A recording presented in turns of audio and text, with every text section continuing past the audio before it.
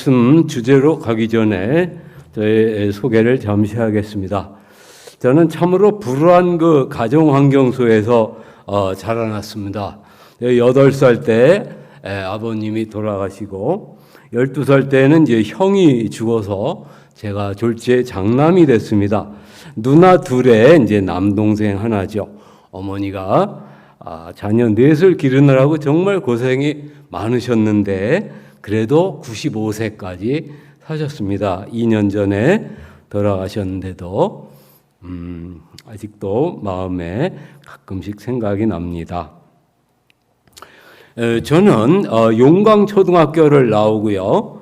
그 다음에 이제 중동중학교 무시험 추첨으로 들어가고 경기고등학교는 이제 시험으로 들어갔습니다. 2대 1이었는데 그때 수험번호 46번을 아직도 잊지 못합니다. 그 다음에 이제 서울대학교 사법대학 역사교육과를 나왔는데 그 당시 수험번호는 220번. 아직도 기억이 납니다. 사실 저는 군대 가서 예수님을 믿게 됐습니다. 그러니까 어려서부터 믿은 사람과는 좀 많이 비교가 되지요. 제가 대학을 다니면서 상당히 교만해져 갖고 그런 교만한 상태에서 믿음이 들어올 수가 없었습니다. 그래서 하나님께서는 저를 아주 힘든 부대로 보냈죠. 11사단 13년대 전투지원중대 4.2인치 1소대 하나포로 보냈습니다. 그 하나포 4.2인치 박격포는 60mm나 80mm 박격포하고는 무게가 다릅니다. 포열의 무게가 70kg, 포파는 102kg. 이 102kg 되는 쇳덩어리를 두 사람이 들고 한 200m 이렇게 산기슭을 올라가서 포를 설치하다 보면 하늘이 노랗죠. 걸침대가 71kg. 이런 쇳덩어리를 트럭에다 싣고 다니면서 훈련 나가던 기억이 납니다. 아무튼 그렇게 무거운 것을 드는 그런 훈련을 통해서 제가 이제 학교에 있을 때 도움을 받은 것은 교과서계를 했거든요. 이 교과서는 350박스, 책의 권수로는 15,000권. 이 박스가 350박스이기 때문에 그 박스 포장지만 쌓아놔도 여기 천정은 안 되지만 상당한 천정까지 올라가는 그러한 것을 담당했습니다. 9년간 제가 자부심을 느꼈는데, 근데 하나님께서 그 포병 생활하면서 힘을 길러 주셨기 때문에 무게 그 3, 4kg 박스 수백 개를 혼자서 이렇게 잘 지고 했다 이런 생각이 듭니다. 제 아들은 서울대 경영학과를 나왔고요. 이때부터는 이제 믿은 이유입니다. 제가 신앙생활을 하게 되면서 좋은 아내를 만나갖고 아들 하나 딸 하나 이렇게 낳아서 아들 딸도 아주 우리 아내가 잘 키웠어요. 그래서 아들은 서울대 경영학과 들어가고 딸은 성균관대 컴퓨터공학과 들어가서 둘 다 삼성전자에서 일하고 있습니다. 참 하나님을 믿으면서 이렇게 불행한 환경에서 복받은 가정이 되어서 지금 38평 아파트에서 장모님하고 셋이서 이렇게 행복하게 살고 있고 아들, 딸들은 다 독립해서 살고 있습니다. 그러나 그러한 축복보다 가장 큰 축복은 역시 우리 하나님께서 늘 함께 하신다는 것, 그리고 우리는 영생을 가졌고 죽어도 다시 살고 영원히 죽지 아니함을 얻은 것이라 하겠습니다. 자, 간단하게 제 소개를 마치고요. 저는 오늘 믿음이라는 주제로 권면의 말씀을 드리고자 합니다. 본문 말씀은 히브리서 11장 6절입니다.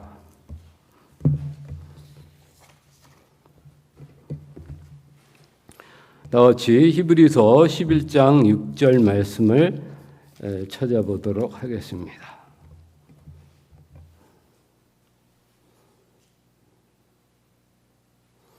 다 같이 읽도록 하겠습니다.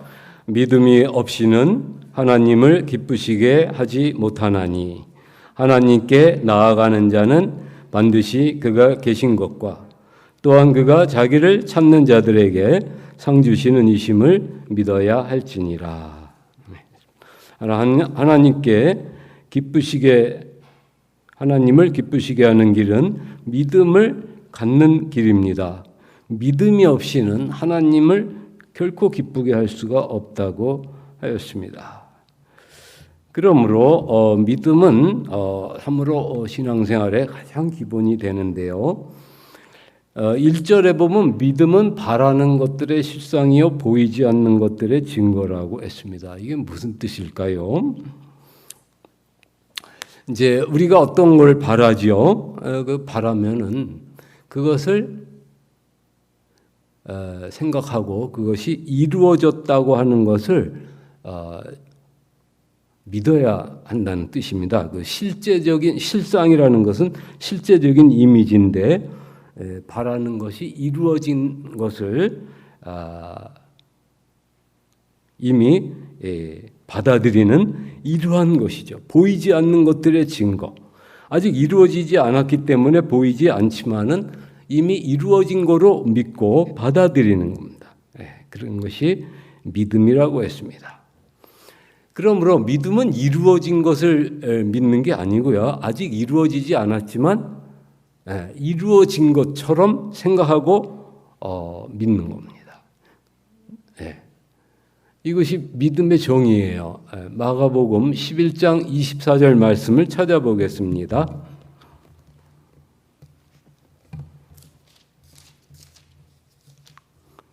마가복음 11장 24절.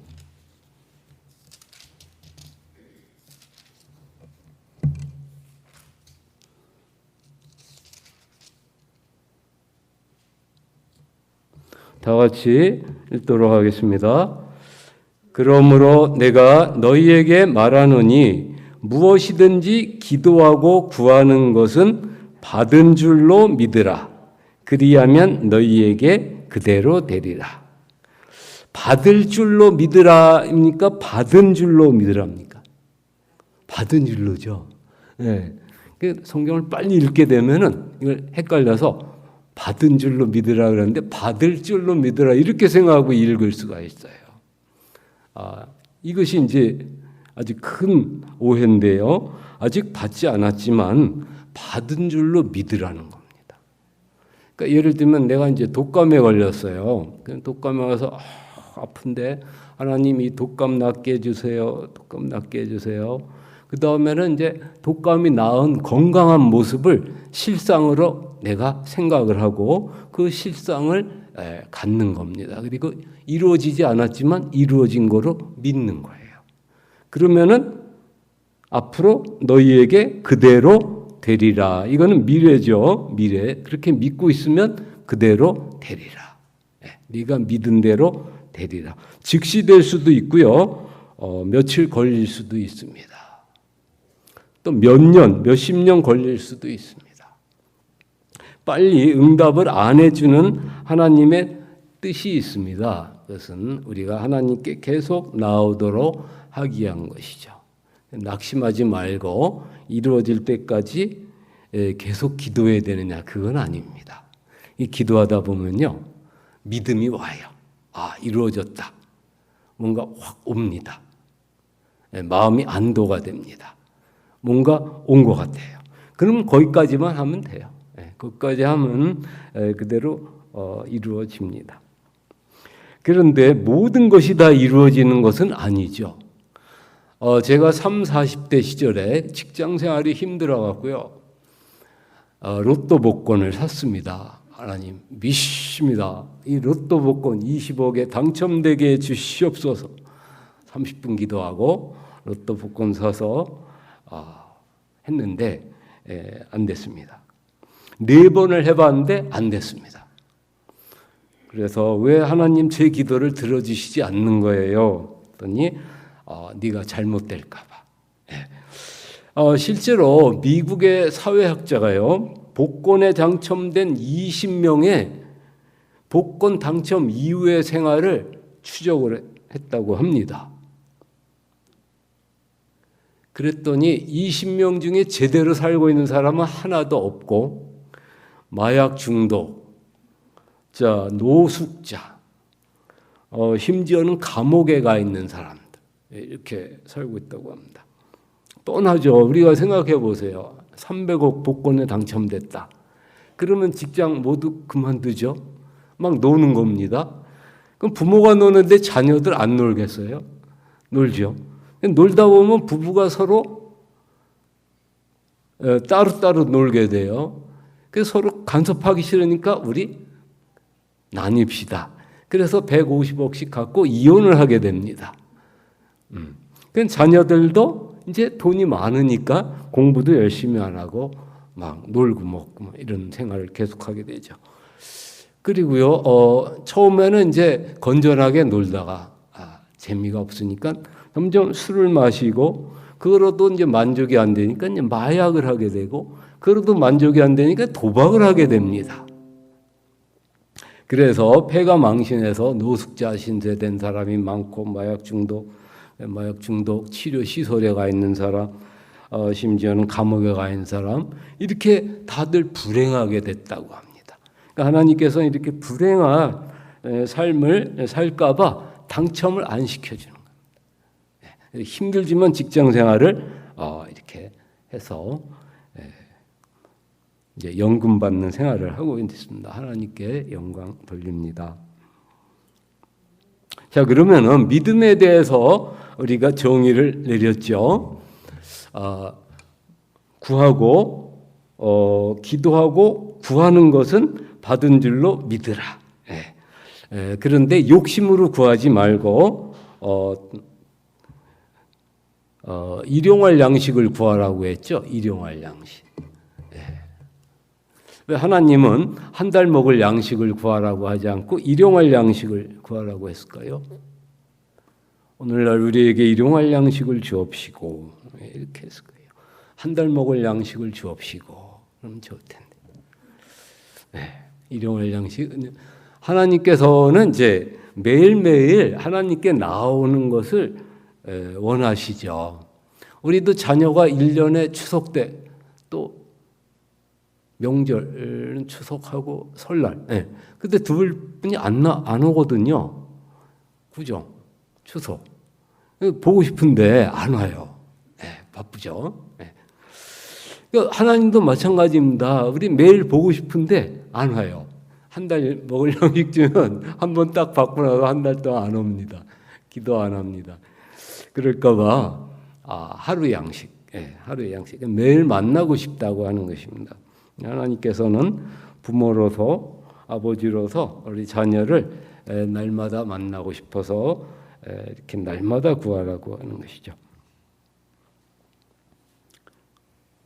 자, 그러면은 성경에서 이 믿음으로 말미암아 칭찬을 받은 사람이 두 사람이 나옵니다. 먼저 마태복음 8장에 나오는 백부장의 믿음을 보겠습니다. 마태복음 8장입니다.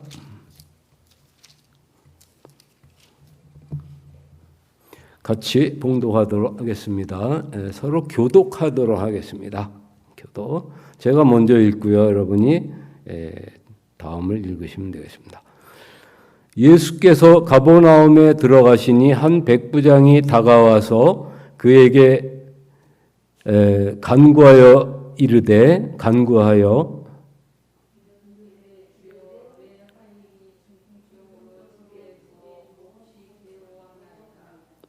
이르시되 내가 가서 고쳐주리라.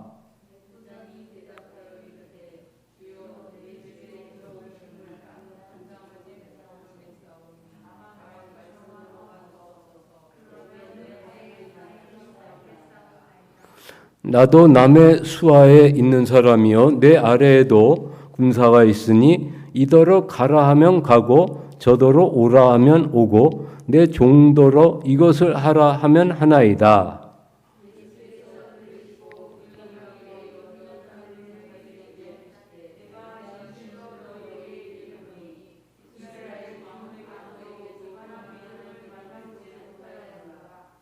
또 너희에게 이르노니 동서로부터 많은 사람이 이르러 아브라함과 이삭과 야곱과 함께 천국에 앉으려니와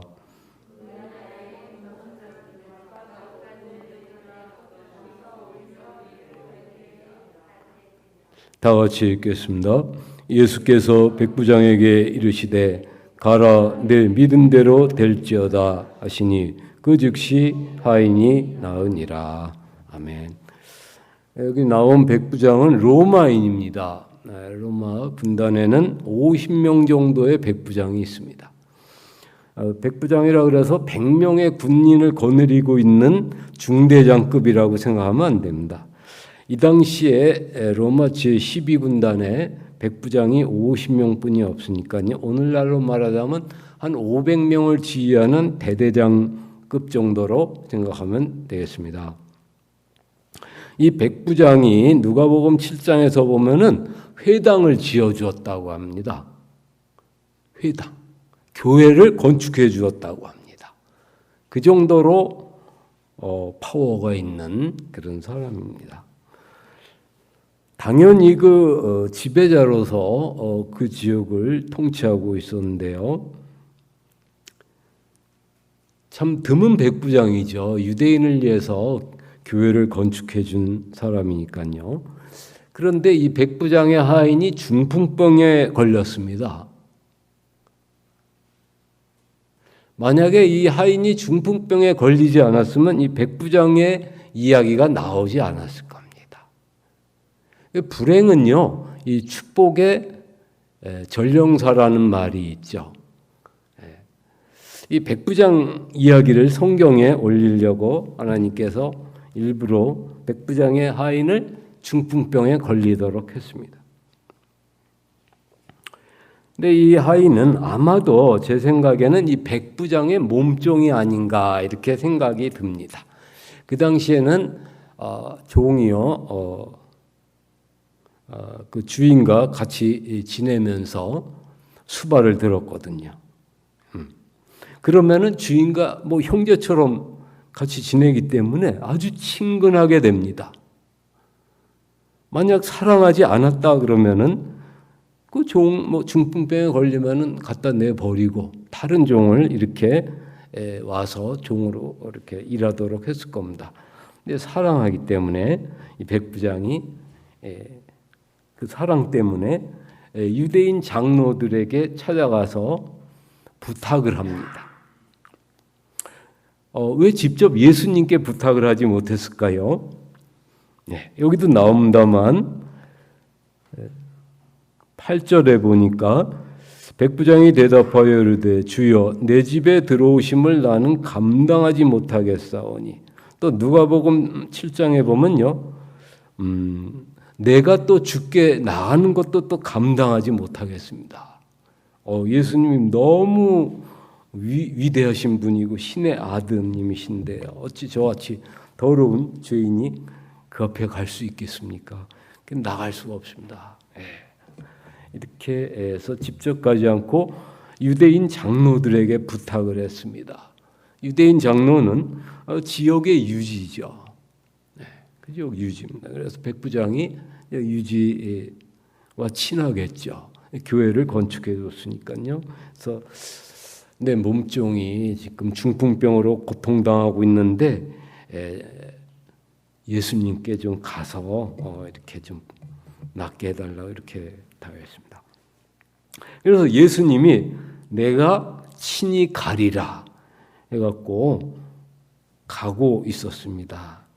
이것은 일부러 가시는 거였죠. 네, 친히 가겠다고 했습니다. 이 백부장의 믿음을 보려고 하는 것이었습니다. 근데 백부장은 자기 집으로 예수님이 오신다는 그 소식을 듣고서 사람을 보내서 오시지 마십시오. 이 죄인의 집에 어떻게 오십니까? 오시지 마십시오. 저 말씀만 하십시오. 그러면 내 하인이 낫겠습니다. 말씀만 하라고 했습니다. 한 말씀만 하라고 했습니다. 그랬더니 예수님이 칭찬을 크게 하죠. 어떤 정도냐면 내가 너희에게 이르노니 이스라엘 중 아무에게도 이만한 믿음을 보지 못하였노라. 이스라엘 이방인인데 이스라엘 이 참 선민 중에서도 이만한 믿음을 가진 사람을 내가 못 봤다. 예수님이 친히 오셔서 손을 얹어갖고 기도를 하기를 바랬지 그냥 뭐 말씀만 한마디 하십시오. 그러면 되겠습니다. 이런 사람은 못 만났다. 이거. 우리가 믿음을 이제 행사할 때에 우리가 기도를 하잖아요. 기도하면은 말씀을 주셔요. 예를 들면 제가 이제 독감에 걸려서 고통 중에 있습니다. 하나님 이 독감 낫게 해주십시오. 기도를 하면은 나았다 이런 음성이 들려요. 나았다. 네. 그 말씀만 하옵소서. 그러면 내 하인이 낫겠사옵나이다. 말씀하셨죠? 그러면은 그 말씀만 하면은 그 말씀대로 된 거를 믿는 것입니다. 네. 말씀만 하옵소서. 그러면 내 하인이 낫겠사옵나이다. 말씀만 하나님 말씀하셨고 저는 나은 줄로 믿습니다. 그래서 감사합니다. 이렇게 하는 겁니다. 이것이 믿음이에요. 어떤 좀 차도가 있고 몸이 좀 나은 것 같고 회복된 것 같고 그래서 믿는 거는 건 믿음이 아닙니다. 아직 몸은 괴롭고 계속 아프고 그래도 나은 줄로 믿는 겁니다. 건강한 것으로. 건강한 자신의 모습을 생각하고 그 이미지를 마음속에 갖고 그것이 이루어진 거로 믿는 겁니다. 이것이 믿음이에요. 그러면은 우리 감정, 증세 이런 것이 다 따라와서 건강한 이런 몸이 되는 겁니다. 그는 나중에 따라오는 것이죠. 많은 사람들이 이 사실을 모르고 있습니다. 그 목사님도 모르시는 경우가 있더라고요. 제가 충청북도 단양군 농촌지도소에서 3년을 일한 적이 있었는데요. 그때 이제 부엌계량 사업을 하고 있었습니다. 뭐 사업이라고는 없고요. 그냥 가서 사진만 찍는 겁니다. 사업하기 전 사진과 또 사업 끝나고 나서 개량된 그 모습을 사진을 이렇게 해서 첨부해 갖고 이제 그 농민의 통장으로 돈을 이제 입금시키는 그런 일이었죠. 그런데 이제 단양군이 워낙 넓기 때문에 하루에 뭐 대여섯 집 많아봐야 한 8집 정도뿐이 못 갑니다. 그래서 도시락을 싸갖고 갔거든요. 도시락을 싸들고 갔는데 이제 겨울이었어요. 12월 달. 점심시간 때가 됐는데 도시락을 먹어야 되는데 길거리에서 먹을 수는 없잖아요. 그래서 이제 학교에 들어가서 운동장에서 먹어야겠다고 보니까 또 별방중학교가 있는데 문이 또 잠겨 있네요. 닫혀 있네요. 그래서 들어가지 못하고 방학이라서 아마 닫혀 있는 것 같습니다. 그래서 이웃을 이렇게 왔다 갔다 해보니까 거기 별방교회가 있었습니다. 저 마당에 가서 먹으면 되겠다. 그래서 별방교회 이제 마당에 앉아서 도시락을 풀고 이제 먹고 있는데 그 목사님이 그 사택에서 나와서 그 시골에는 화장실이 저 마당 한쪽 구석에 있습니다. 거기까지 걸어오시다가 저를 만난 거예요. 그래갖고 왜 여기서 이렇게 춥게 드시냐고 들어오라고. 그래서 들어가서 먹었더니 따뜻한 물도 주고 그래서 이제 따뜻한 물도 해갖고 이렇게 점심 먹었습니다. 먹고 나서 이제 이 얘기 저 얘기 하다가 목사님이 지금 결핵에 걸려갖고 계속 기도를 하고 있는데 지금 몇 년째 기도를 하고 있는데 결핵이 낫질 않아서 이 고민이라고. 그래서 이 마가복음 11장 24절 9절을 제시하면서 기도하고 구한 것은 아직 받지 않았지만 받은 줄로 믿으셨습니까? 나은 줄로 믿으셨습니까?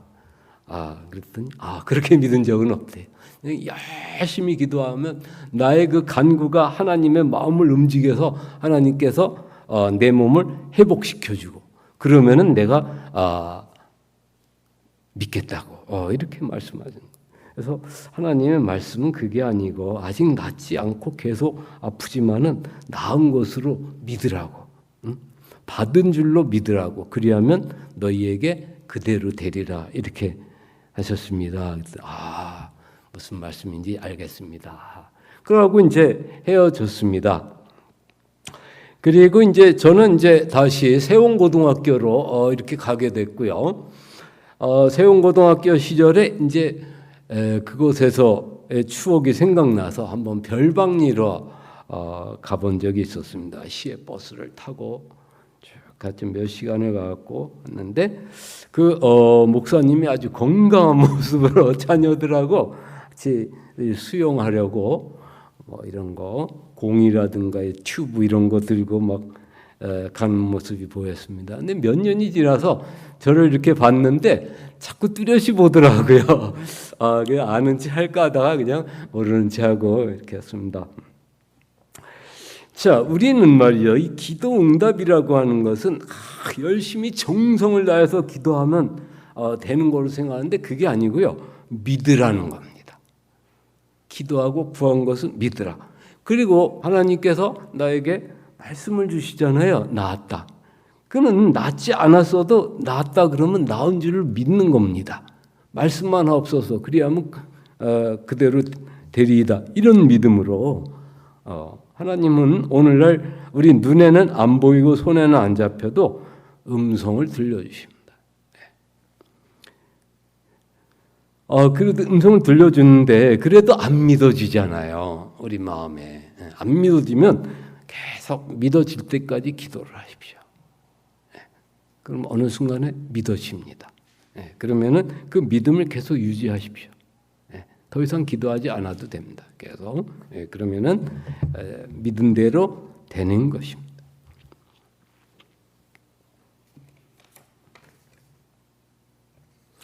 마태복음 15장으로 넘어가겠습니다.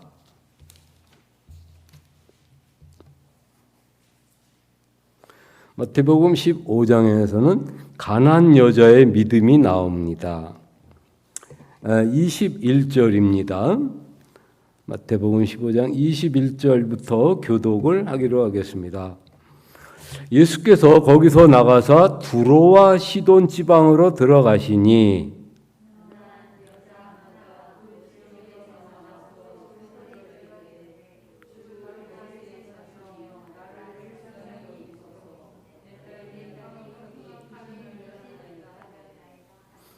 예수는 한 말씀도 대답하지 아니하시니 제자들이 와서 청하여 말하되 그 여자가 우리 뒤에서 소리를 지르러 오니 그를 보내소서.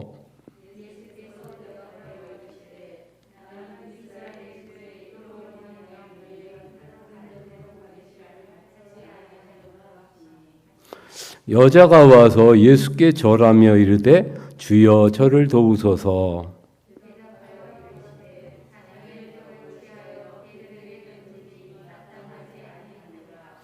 여자가 이르되 주여 올소이다마는 개들도 제 주인의 상에서 떨어지는 부스러기를 먹나이다 하니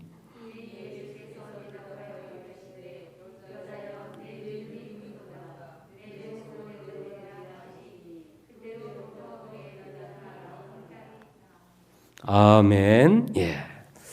간단하죠. 자, 예수님이 정말 바쁘시죠. 이스라엘 모든 동네를 다 다니셔야 되는데 왜 이렇게 두로와 시돈 지방으로 가셨을까요? 여기는 이스라엘 땅이 아닙니다. 두로와 시돈. 그 다른 우상을 숭배하는 곳이죠. 바알 신, 아세라 신 이런 신들을 숭배하는 그런 곳입니다. 근데 왜 여기로 오셨을까요? 가나안 여자, 또 이방 여인입니다. 이스라엘 사람이 아닙니다. 여자가 자기 딸 문제 때문에 아주 간청을 하는 거였습니다. 그래서 바쁜 중에도 불구하고 이 두로와 시돈 지방으로 일부러 오셨습니다. 이 여자의 그 간절한 그 기도를 들으시고, 우리 예수님은 하나님이시기 때문에 다 압니다. 안 봐도 저기 멀리서 나를 간절히 찾는구나. 그래서 이 먼 길을 왔습니다. 두로와 시돈 지방으로 왔습니다. 이 아니나 다를까요? 가나안 여자 하나가 와서 소리를 질러 말하기, 주 다윗의 자손이여, 나를 불쌍히 여기소서. 이 여인은 주 다윗의 자손이라고 불렀습니다. 이 뜻은 메시아란 뜻입니다. 세상을 구원하실 메시아시여. 예수님을 메시아로 인정했습니다. 그래서 나를 불쌍히 여겨달라고. 나의 문제는 내 딸이 귀신 들렸습니다. 이 귀신 들린 내 딸을 치료해 주십시오. 귀신을 쫓아내고 내 딸을 정상적으로 해달라고 하는 그러한 소원이었죠. 그런데 예수님은 일부러 한 말씀도 대답하지 않습니다. 제자들이 와서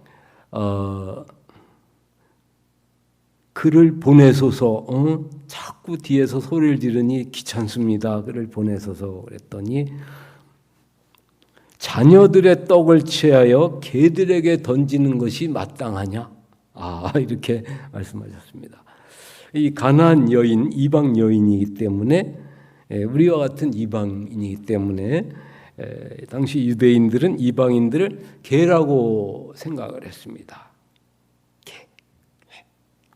그래서 자녀들의 떡을 취하여 개들에게 던지면 마땅하니요. 이런 모욕감을 일부러 주신 것이죠. 그녀의 그 믿음을 테스트하기 위해서 아주 모욕적인 말을 했습니다.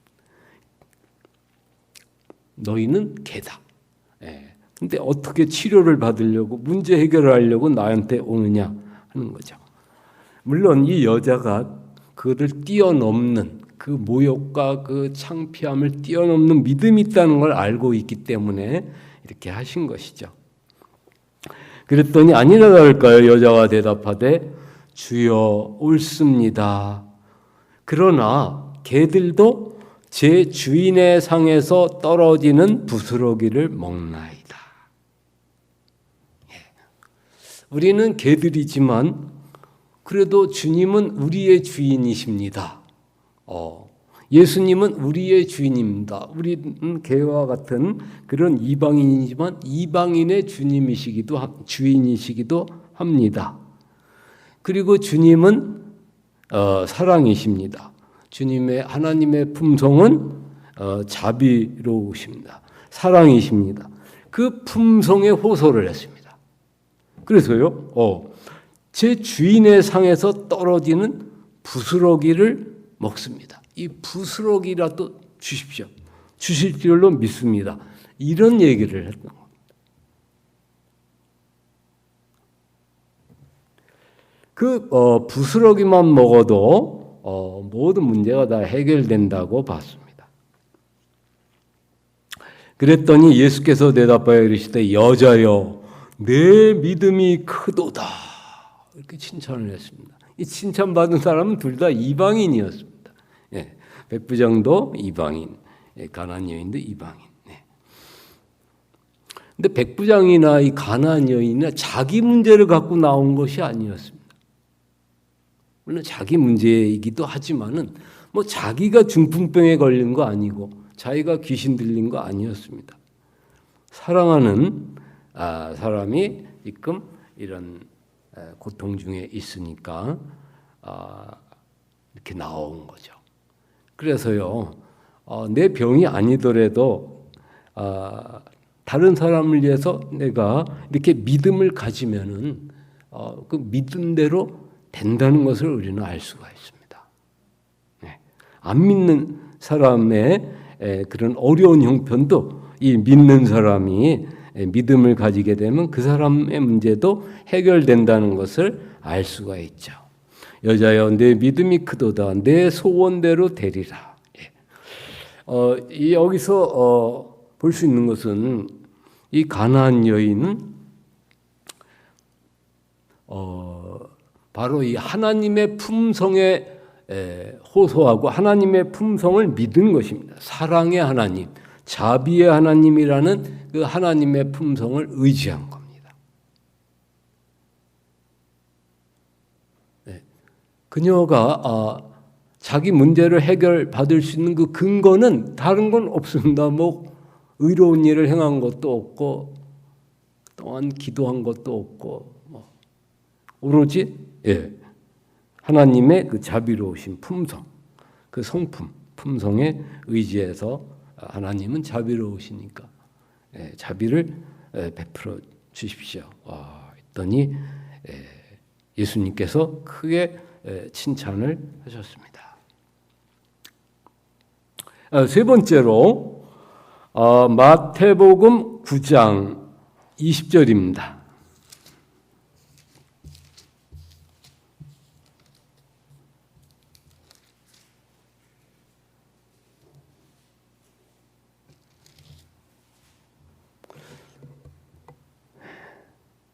이 20절은 저만 읽겠습니다.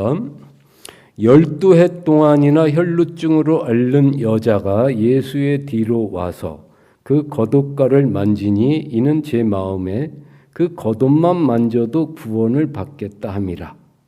예수께서 돌이켜 그를 보시며 이르시되 딸아 안심하라 내 믿음이 너를 구원하였다 하시니 여자가 그 즉시 구원을 받으니라. 다른 데 보면요. 이 여인은 12년 동안 그 혈루증 고치려고 재산도 많이 날리고 많은 고생을 했다고 했습니다. 12년간이나 이 병으로 고생을 했습니다. 물론 38년 된 병자 이야기도 나옵니다. 38년 된 병자 이야기도 나옵니다만 12년 동안이나 이 혈루증으로 앓는 여자, 고통스러운 여자.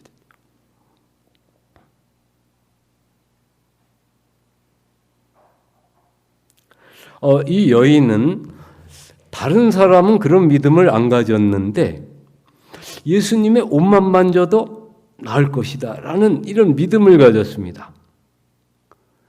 그 무리가 미나이다 이런 말씀이 있어요. 그래서 많은 사람이 예수님의 몸에 지금 손을 대었습니다. 그런데 낫지는 않았어요. 근데 이 여인은 살짝 겉옷 잡았습니다.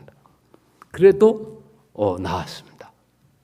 그러니까요. 예수님께 나아오더라도 믿음으로 나오느냐 그냥 나오느냐 차이죠. 예수님이 전능하신 하나님이시라는 사실을 믿음으로 꼭 그러기 때문에 그 옷만 만져도 그 전능한 파워 힘이 나와서 내 병이 낫겠다라고 하는 이 믿음을 가지고 만지니까 능력이 나와서 나은 거죠. 오늘날 많은 사람들이 교회를 갑니다마는 이렇게 믿음이 없이 이렇게 교회 생활을 하는 경우가 있는데, 그러면 얼마나 하나님께서 좀 서글퍼하시겠습니까? 내 자녀들이 믿음을 갖고 나오기를 원하는데 믿음 없이 그냥 주시려면 주고 마시려면 마세요. 이런 식으로 기도를 한다면은 전혀 기도 응답이 없습니다. 기도하고 구한 것은 받은 줄로 믿어라. 아직 받지 않았지만 받은 줄로 믿어라. 안 믿어지는데 그럼 믿어질 때까지 기도하십시오. 조금씩이라도 기도하십시오. 그리고 믿음이 이제 옵니다. 믿어지면 이제 거기서 기도 멈추십시오. 된 겁니다. 그 믿음을 그냥 갖고 있습니다. 이렇게 해서 우리는 이 하나님께서 주신 이 믿음의 능력을 사용해야 할 것입니다. 그냥 다른 사람은 낫지만은 나는 안 난다. 이런 생각을 하면은 아니 됩니다. 이 말씀은 모든 사람에게 다 해당이 되는 겁니다. 자, 이 세 사람의 이 공통점과 차이점을 보도록 하겠습니다. 먼저 차이점을 보면 이 백부장과 이 가나안 여인의 경우는 이방인입니다. 유대인이 아니었습니다. 예. 그러나 이 혈루병 여인은 유대인이었죠.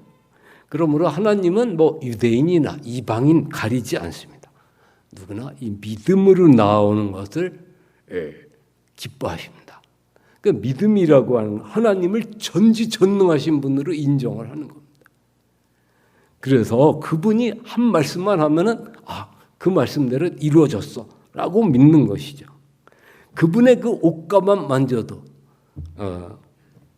물론 이제 예수님이 지금 없으시기 때문에 예수님의 옷을 만질 수는 없습니다. 그러니까 이것은 뭐 우리하고는 좀 거리가 있습니다만 그러나 또 하나님의 그 자비하심을 믿음으로써 칭찬을 받은 이 가나안 여인, 하나님의 품성은 자비하시다.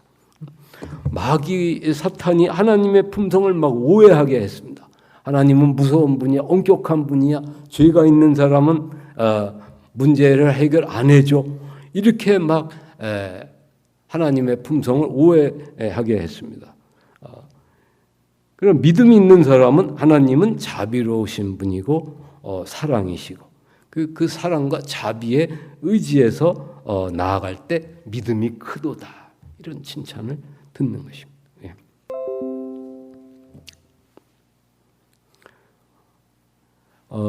신앙생활을 하다 보면 이제 믿음의 역사가 있고요. 그다음에 사랑의 수고가 있습니다. 제 레파토리는 이제 10가지뿐이 안 되는데요. 이제 오늘은 믿음의 역사에 대해서 하고요. 다음에 또 기회가 있으면 다음 달에 또 제 기회가 있는데 다음 달은 이제 사랑의 수고에 대해서 이렇게 하도록 하겠습니다.